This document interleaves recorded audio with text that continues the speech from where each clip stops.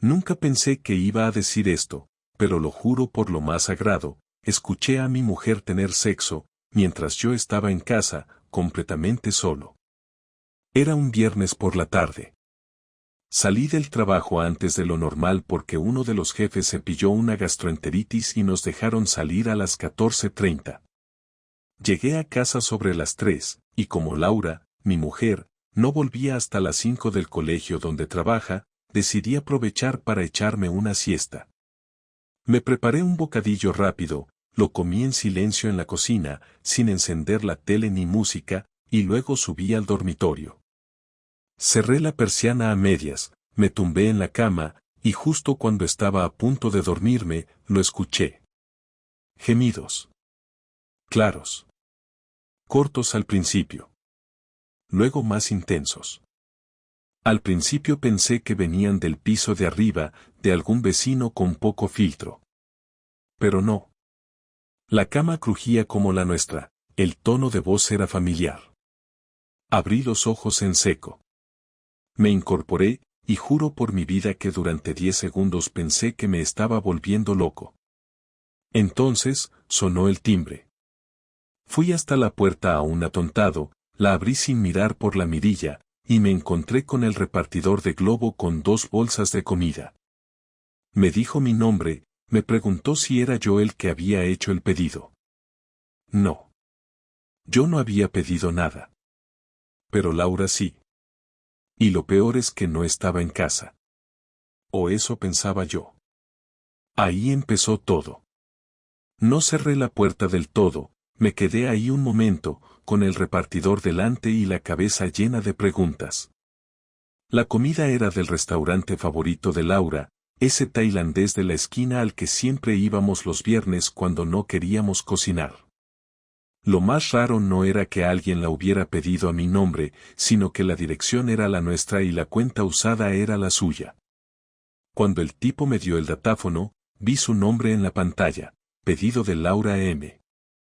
Firmé sin decir nada y entré en casa con las 2 bolsas calientes en la mano. Entonces volví a escucharlo. Era leve, como si viniera del fondo de la casa. Dejé la comida en la encimera, caminé descalzo por el pasillo, y pasé de largo el salón, el baño y nuestra habitación. Todo vacío. El sonido venía del estudio. Un cuarto pequeño que usamos para trabajar cuando estamos en casa, con una mesa, una silla de oficina y un ordenador de sobremesa que casi nunca encendemos porque Laura prefiere usar el portátil. La puerta estaba cerrada, algo que nunca hacemos porque no tiene pestillo. Empujé despacio y no hizo falta abrir del todo. En cuanto la rendija fue lo bastante grande, entendí lo que había pasado. El portátil de Laura estaba encendido, apoyado contra unos libros como si alguien hubiera querido mantener la cámara estable. En la pantalla, una llamada de videoconferencia estaba en marcha. Había una habitación que no reconocí al instante, pero lo que sí reconocí fue a Laura, en ropa interior, sonriendo como si estuviera completamente sola, moviéndose de una forma que jamás había hecho conmigo. El hombre al otro lado de la pantalla se veía a ratos. A veces era solo su cara, otras, su cuerpo entero. No hablaban, solo se escuchaban gemidos, los suyos y los de ella, perfectamente claros. No sé cuánto tiempo estuve ahí parado. Pudo haber sido medio minuto o 10, no lo recuerdo. Cerré la puerta con suavidad, sin hacer ruido, y regresé al salón. Me senté en el sofá, agarré el mando de la tele pero no la encendí. Escuchaba mi propio corazón y poco más. En ese momento, no estaba ni triste ni furioso, solo, congelado. Como si todo estuviera pasando en otro país, en otra casa, en la vida de otro. Cuando escuché que la videollamada terminaba, supe que Laura ya lo había hecho antes. Eso no era un experimento nuevo, no era una locura del momento. La comodidad con la que se movía, el tono de su voz, las palabras que usaba, el simple hecho de haber pedido comida sabiendo que yo no estaría en casa, todo estaba planeado. Todo era rutina. Minutos después, escuché cómo se abría la puerta del estudio. Laura salió como si nada. Iba en pijama, el mismo que usaba siempre para estar por casa, y se dirigió a la cocina sin verme, revisando algo en su móvil. Me levanté y fui detrás de ella, lento, sin decir nada. Al entrar, ella ya había sacado los tuppers del pedido y estaba sirviendo el arroz como si fuera un día más. ¿Tú pediste esto?, le pregunté. Ella se giró con una sonrisa tan automática que me hizo sentir asco. Tardó medio segundo en reaccionar. Ah, sí. Como ibas a tardar más, pensé en cenar algo rico yo sola. ¿No te importa, no? No respondí. La miré un buen rato, observando los detalles que normalmente ignoras cuando no sospechas de nadie. El maquillaje mal quitado, el pelo algo húmedo por el sudor, y lo más claro, la expresión de quien piensa que tiene todo bajo control. Me acerqué, agarré su teléfono con firmeza, y aunque intentó retirarlo, no puse mucha fuerza. Ella soltó sin protestar, como si no tuviera nada que esconder. ¿Dónde estuviste entre las 3 y las 5? Pregunté sin levantar la voz. ¿Perdona? En el colegio, como siempre. ¿Por qué esa pregunta? He estado en casa desde las 3. Ahí se acabó la sonrisa. Por un segundo, sus pupilas se dilataron, sus cejas se arquearon apenas 1 milímetro, y bajó la vista hacia su móvil, como si esperara que algo la salvara. ¿Has venido antes? No me dijiste nada. Pensaba que salías tarde hoy. No. No he dicho nada. Tampoco tú. Ella se apoyó en la encimera. No dijo nada. Su respiración se aceleró levemente, y vi cómo pasaba la lengua por sus labios, una costumbre nerviosa que conocía bien. No sabía qué decir. Yo tampoco. La tensión llenó la cocina como si hubiera humo, pero nadie se movió. No entiendo qué estás insinuando, soltó al fin, fingiendo firmeza, pero con la voz algo temblorosa. No estoy insinuando nada, Laura. Estoy diciendo que estabas aquí. Y que no estabas sola. ¿Qué? He escuchado todo. Y he visto el portátil. Ahí se acabó la actuación. No lloró. No gritó. Solo me miró con una mezcla rara de derrota y cálculo, como alguien que sabe que ya está atrapado, pero aún no ha decidido si va a cooperar o no. Guardó silencio unos segundos más, y luego, sin dejar de mirarme, dijo algo que jamás olvidaré. No fue la primera vez. Pero tampoco iba a ser la última. No supe cómo reaccionar a eso. Ni grité, ni rompí nada, ni la insulté. Me giré, tomé las llaves del coche y salí de casa sin más. No tenía un plan, no sabía a dónde iba, ni qué iba a hacer. Solo sabía que necesitaba salir de allí. El aire fuera era pesado, pero al menos era aire de verdad. No dormí aquella noche. Volví a casa cerca de las 3 de la madrugada, después de dar vueltas en el coche por media Zaragoza sin rumbo fijo, entrando en calles al azar, deteniéndome en gasolineras a tomar café barato que no necesitaba, intentando poner en orden lo que había visto y lo que había escuchado. Cuando aparqué frente al portal, me quedé un buen rato dentro del coche, con el motor apagado, mirando el edificio como si fuera la primera vez que lo veía. Subí sin hacer ruido, con la llave en la mano preparada para abrir con cuidado. Dentro todo estaba en silencio. Laura dormía en la cama como si nada hubiera pasado. Me tumbé a su lado sin quitarme la ropa, sin cubrirme con la sábana, y pasé las horas hasta el amanecer con los ojos abiertos mirando al techo. A las 7, ella se levantó para ducharse y preparar el día. Yo seguía allí, inmóvil. Cuando salió del baño envuelta en la toalla, me miró y me dijo pensaba que estabas dormido. No contesté. Se vistió en silencio, preparó el bolso y cuando ya estaba a punto de salir hacia el colegio, me levanté despacio y la detuve en la puerta. Ella se giró, algo nerviosa, como si hubiera estado esperando ese momento desde que abrió los ojos. Hoy no vas a ir a trabajar, le dije, con la voz más firme que pude. ¿Qué dices? Tengo clase a primera hora. Hoy no. Tenemos que hablar. Soltó un suspiro largo, dejó el bolso sobre la mesa y volvió al salón. Se sentó en el sofá, con los brazos cruzados, como si estuviera esperando un interrogatorio. Me senté enfrente, en la otra butaca, con los codos sobre las rodillas y las manos entrelazadas. Durante unos segundos nadie dijo nada. Luego fui directo. Quiero que me lo cuentes todo. Sin rodeos. Ya te dije anoche lo más importante. No, me soltaste una frase para que me callara. No me sirve. ¿Quién es? ¿Desde cuándo? ¿Por qué aquí, en mi casa? En nuestra casa, corrigió, con un tono seco. Me entraron ganas de reír de lo absurdo que era que intentara corregirme en ese detalle, pero lo único que hice fue mirarla sin pestañear. Bajó la vista y se frotó las manos. Es un compañero del colegio. Empezamos a hablar hace unos meses. Primero eran solo mensajes, tonterías, nada serio. Luego, fue a más. ¿Mensajes? ¿Tonterías? He visto lo que haces delante de la cámara, Laura. No son tonterías. Ella tragó saliva, apretó los labios y asintió apenas. Vale, sí. Lo que quieras.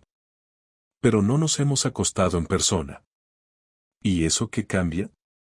Pregunté alzando la voz por primera vez. ¿De verdad crees que ver cómo te masturbas para otro hombre en mi casa, en mi ordenador, en nuestra mesa de trabajo, es menos grave que si te hubieras ido a un hotel con él? ¿Piensas que la diferencia me hace sentir menos engañado? Ella no respondió. Miraba el suelo como si en las baldosas hubiera una salida. ¿Cómo se llama? Insistí. David. ¿Está casado? Separado. Tiene una hija. Me mordí el interior de la mejilla. Quería saberlo todo, aunque doliera más, porque lo que no soportaba era quedarme con la duda. ¿Qué significa para ti? ¿Quieres dejarme por él? No, contestó rápido, demasiado rápido, como si lo hubiera ensayado. No quiero dejarte. Lo nuestro, es otra cosa. Una manera de sentirme viva, no sé cómo explicarlo. Ahí exploté. Me levanté de golpe, tirando la butaca hacia atrás. Ella dio un respingo. Caminé por el salón de un lado a otro, apretando los puños. ¿Sentirte viva? ¿Eso soy yo para ti? ¿Una hipoteca compartida, un tipo que paga facturas y aguanta mientras tú te entretienes con otro por cámara? No lo digas así, respondió con la voz quebrada. Yo te quiero, Javi. Te quiero de verdad. Pero necesitaba algo distinto. Me giré hacia ella y me acerqué tanto que quedó acorralada contra el respaldo del sofá. Si me quisieras, no necesitarías nada distinto. Me lo hubieras dicho. Habríamos hablado. Pero lo hiciste a escondidas. Lo planeaste. Y encima lo trajiste a esta casa, Laura. Esta casa, ¿entiendes? No un hotel, no la suya, no cualquier otro sitio. Aquí. Ella empezó a llorar en silencio, con lágrimas que caían sin sollozos, sin movimiento. No levantó la voz en ningún momento. Yo la miraba y no sentía lástima, solo una rabia seca, sin salida. Dime una cosa, y no me mientas porque lo voy a saber. ¿Cuántas veces lo hiciste aquí? Tardó en contestar. Movió los labios un par de veces, pero no salieron palabras. Al final, murmuró. 4. Me quedé en silencio, asimilando. 4 veces. 4 tardes que yo confiaba en ella y ella estaba usando nuestro salón como escenario para alguien más. Me aparté despacio, Me senté otra vez en la butaca y respiré hondo. Te voy a decir algo, Laura. Esto no se queda aquí. No va a terminar con lágrimas y perdones vacíos. Has cruzado una línea que no tiene vuelta atrás. Y si piensas que voy a mirar hacia otro lado, es que no me conoces. Ella intentó acercarse, pero levanté la mano y la detuve en seco. No te acerques. No quiero que me toques. Ni una palabra más hasta que yo lo decida.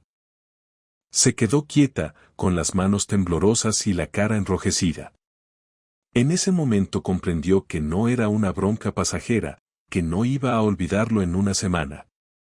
La confrontación había terminado, pero lo que venía después iba a ser mucho peor para los dos.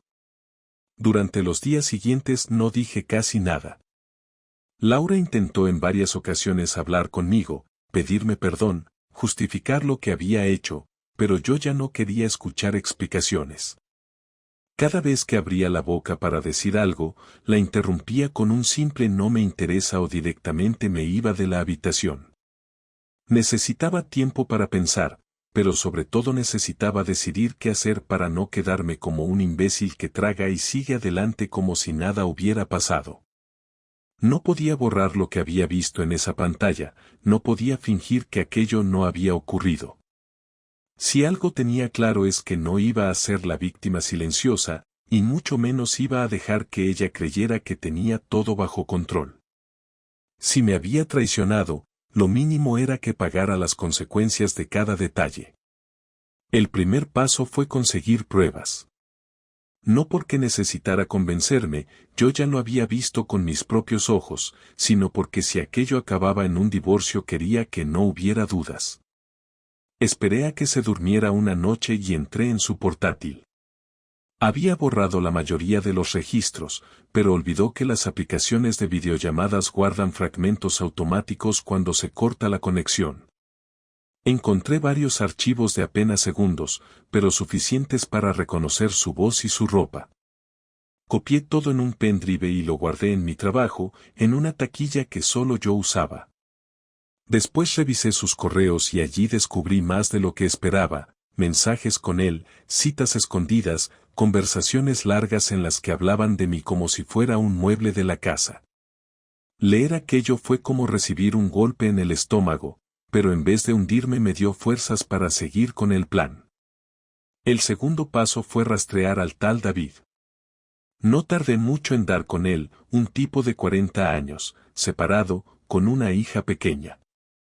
Lo encontré en redes sociales y hasta en la página web del colegio aparecía su foto porque trabajaba como monitor de actividades extraescolares. Guardé capturas de todo, sus fotos, sus comentarios, incluso un par de publicaciones en las que Laura le daba me gusta con una rapidez que confirmaba la confianza que tenían. Lo observé varios días, anotando horarios, las veces que iba al colegio, los bares que frecuentaba. No era para enfrentarlo a golpes, aunque ganas no me faltaban, sino para algo más efectivo. La idea definitiva se me ocurrió un jueves por la noche. Preparé todo con calma y en silencio. Hice copias impresas de los correos, recorté fragmentos de los vídeos donde se veía claramente a Laura y redacté una carta breve, sin insultos, sin dramatismos, solo hechos. Esto es lo que ha estado haciendo tu compañera Laura. No me invento nada. Aquí están las pruebas. Metí todo en un sobre grande y lo dirigí al director del colegio donde trabajaban ambos.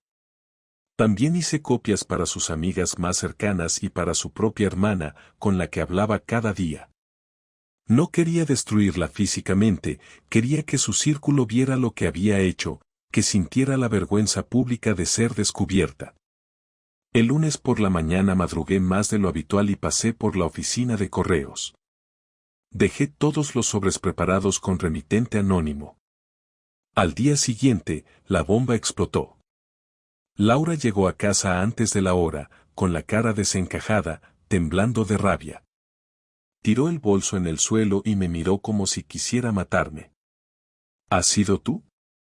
Me gritó nada más cerrar la puerta. Depende de qué hables, respondí sin levantarme del sofá. No te hagas el idiota. ¿Fuiste tú el que mandó esas cosas al colegio? Puede ser.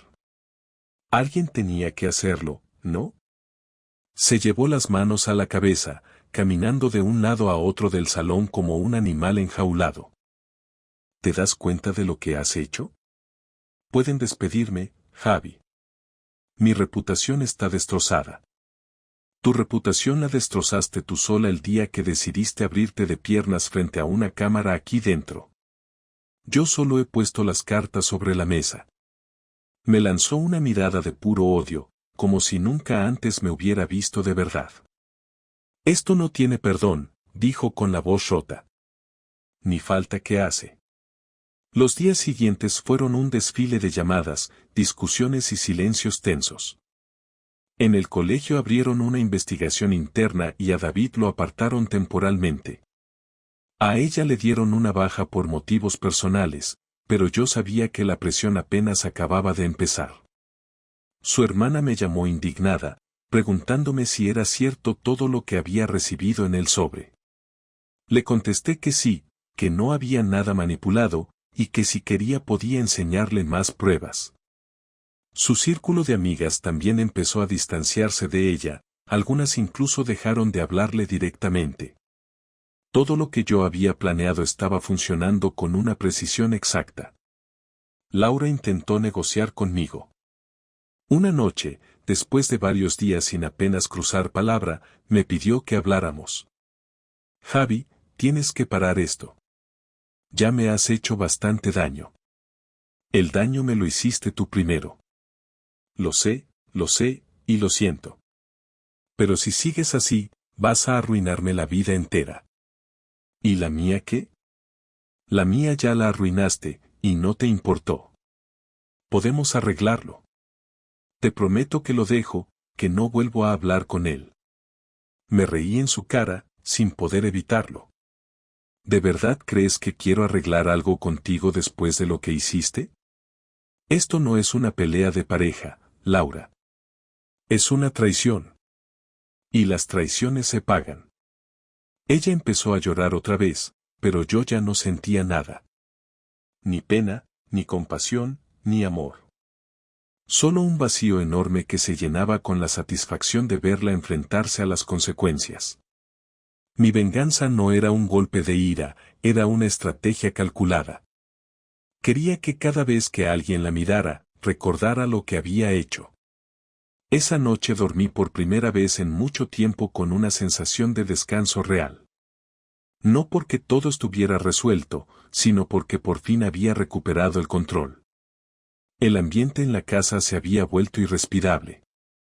Apenas cruzábamos palabra, y cuando lo hacíamos era para discutir o lanzarnos reproches en mitad de un silencio que parecía más fuerte que cualquier grito. Yo seguía adelante con mi rutina, trabajando, volviendo tarde a propósito, comiendo fuera para no tener que compartir mesa con ella. Laura pasaba la mayor parte del tiempo encerrada en el dormitorio o hablando por teléfono con su madre, que después de recibir uno de los sobres me había llamado a mí directamente para confirmar lo que había leído. No la defendió, tampoco me atacó, solo me dijo con un tono derrotado que esperaba que no tomáramos decisiones precipitadas. Yo no le respondí nada porque ya sabía que las decisiones estaban tomadas en mi cabeza, solo faltaba que ella las escuchara de mi boca. Un viernes por la noche, después de una semana en la que casi ni nos habíamos mirado, bajó al salón mientras yo cenaba una pizza delante del televisor apagado. Se sentó en la otra punta del sofá, como si hubiera una línea invisible que no se atreviera a cruzar, y me miró con los ojos hinchados de tanto llorar. Necesitamos hablar, dijo, casi en un susurro. Habla, le contesté sin apartar la mirada de la mesa baja. Esto no puede seguir así. No podemos vivir en la misma casa ignorándonos como si fuéramos dos desconocidos.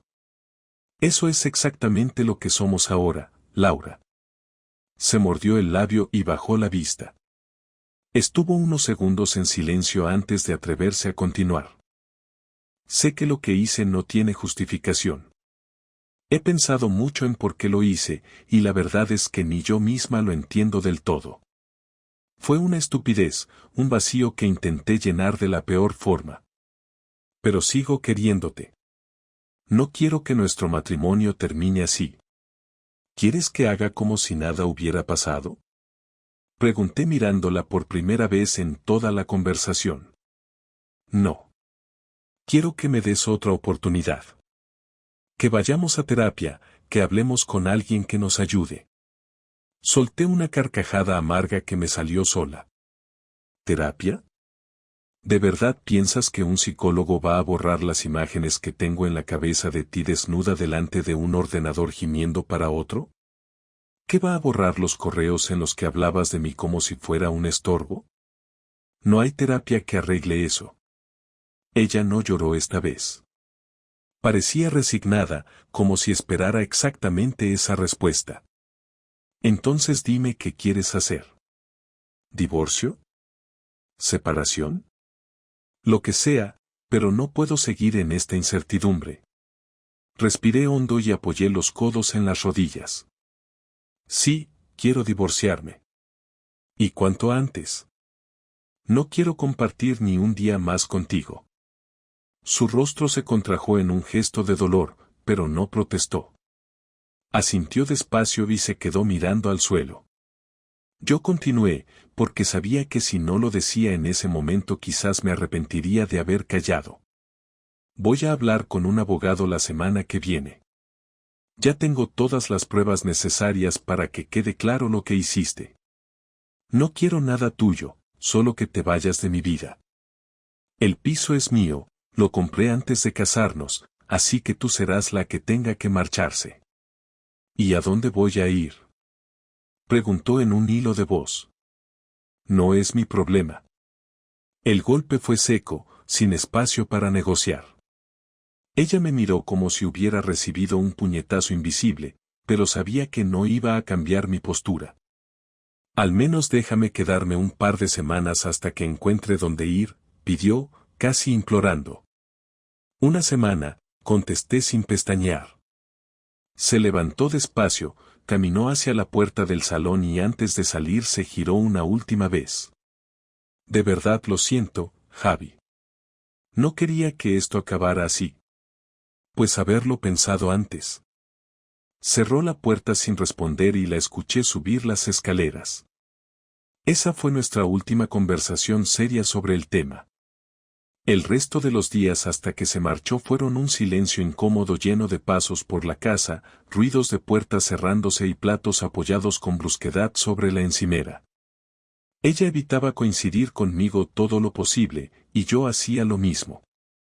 Cuando llegó el día de su marcha, no hubo lágrimas ni abrazos. Metió 2 maletas en el maletero de un coche que vino a recogerla, y sin mirarme directamente, dijo un simple adiós.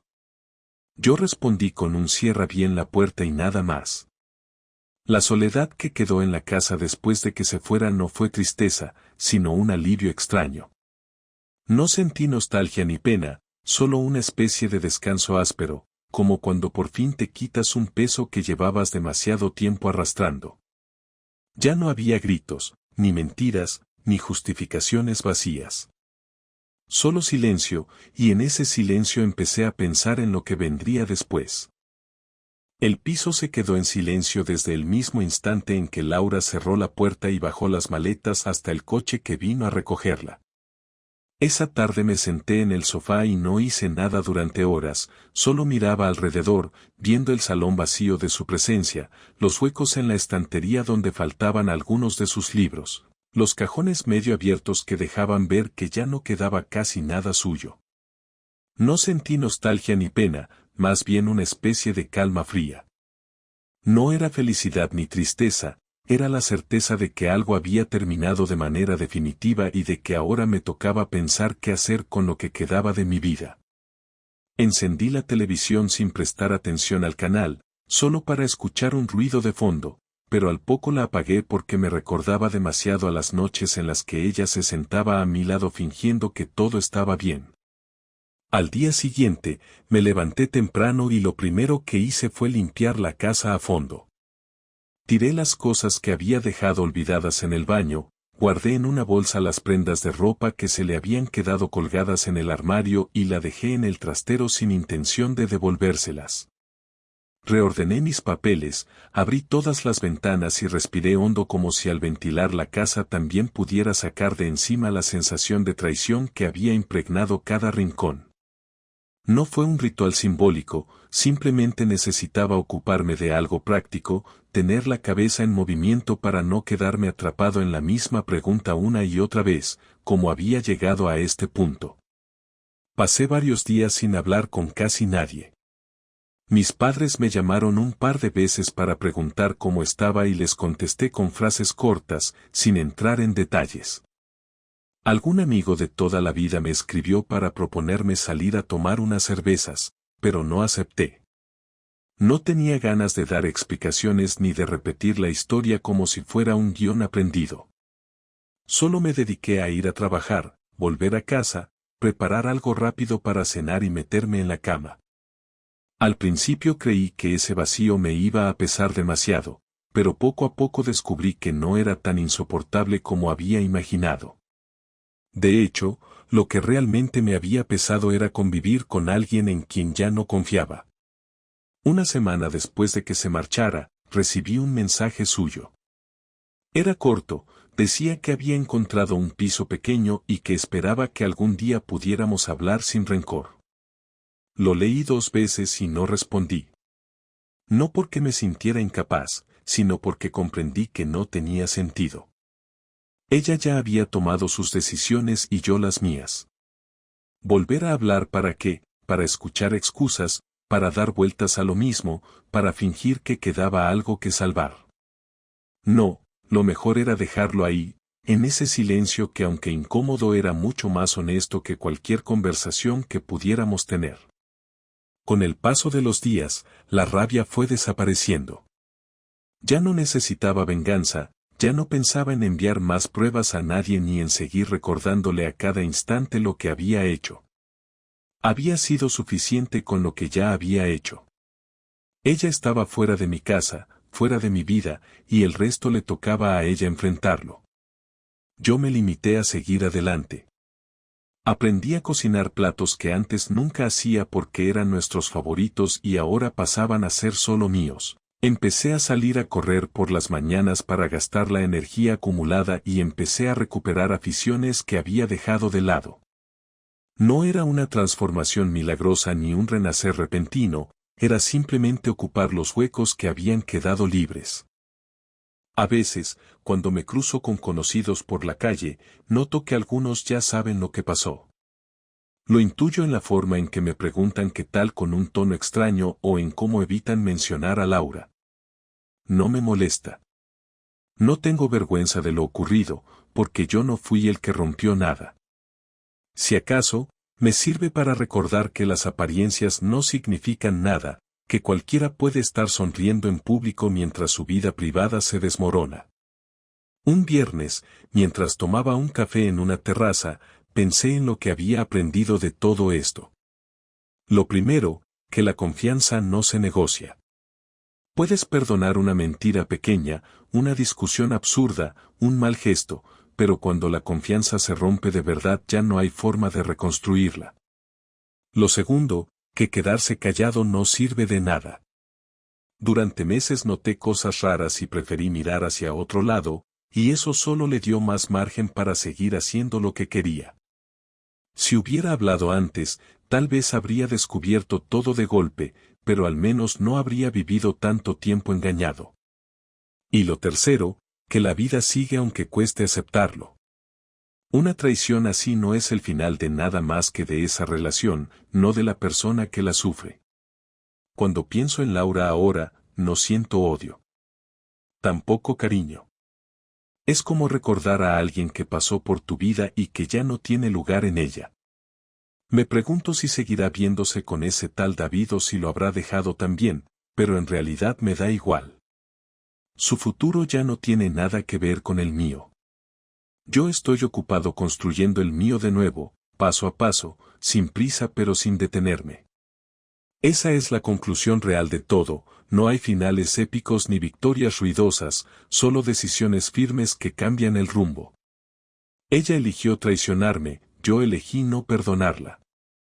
Ella eligió irse, yo elegí quedarme y rehacer mi vida sin ella. Y aunque todavía me queda camino por recorrer, sé que lo peor ya quedó atrás.